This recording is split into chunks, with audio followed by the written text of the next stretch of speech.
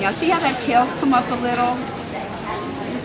Okay, that's sort of normal. I told you that. But when you're heating it like this, the clay is losing its moisture. That's a cute little torch.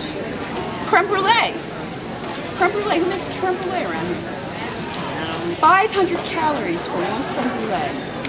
When I was in Paris, I ate 2 of those a day, plus foie gras twice a day, and I wondered why I gained 10 pounds in 4 days. Now, if you're firing this and it gets bright red, yeah, you see it's a salmon color? Yeah. I'm counting like about a minute from there because this piece isn't very thick. If it gets to like a real hot red, remove the flame. Come back as high as you can because when it starts to get really high red, it's going to melt. Now, if it melts, tell the person who looks at it and likes it that you planned it that way. Okay? You don't have to admit to anything. Or you can always melt it, make an ingot, and roll it out like a traditional silversmith. You can always reuse this. Now I want that head to go down. Maybe.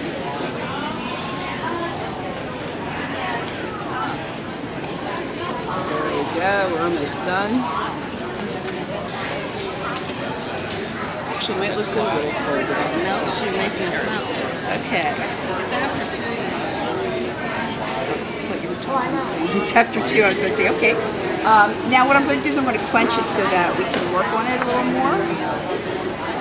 And there we go. Now the stone's a little dark. It was a dark stone, but not that dark, so it will come back to its normal color once it's done. So here's my fish. I think I'll give this to my husband. He smelled up my refrigerator, 45 pounds of cod that he caught.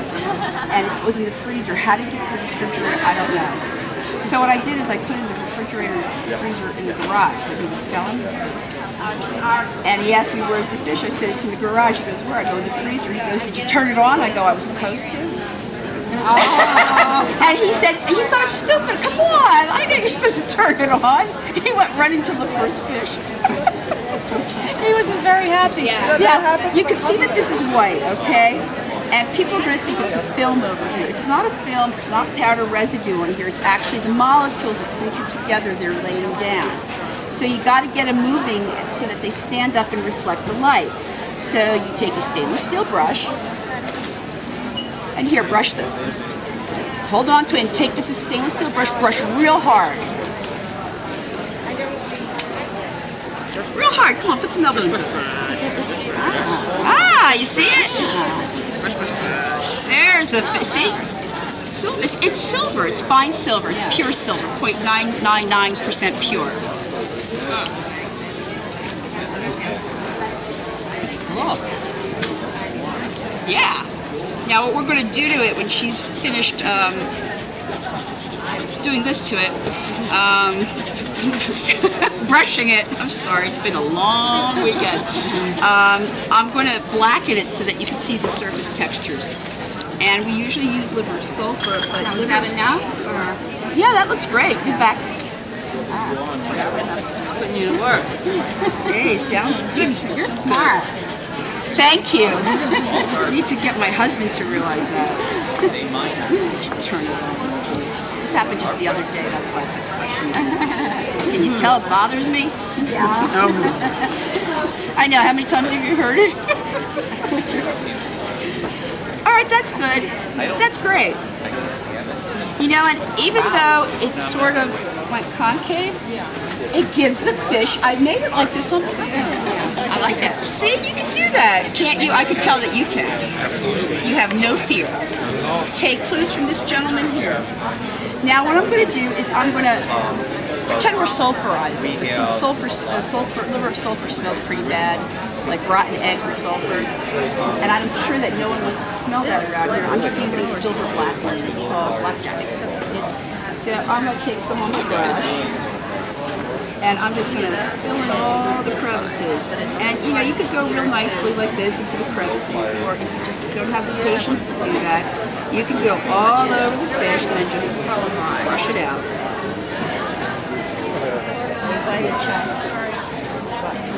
Just be careful when you're using this. Don't get it over your hands too much, because I'm going to spill it on a plastic table.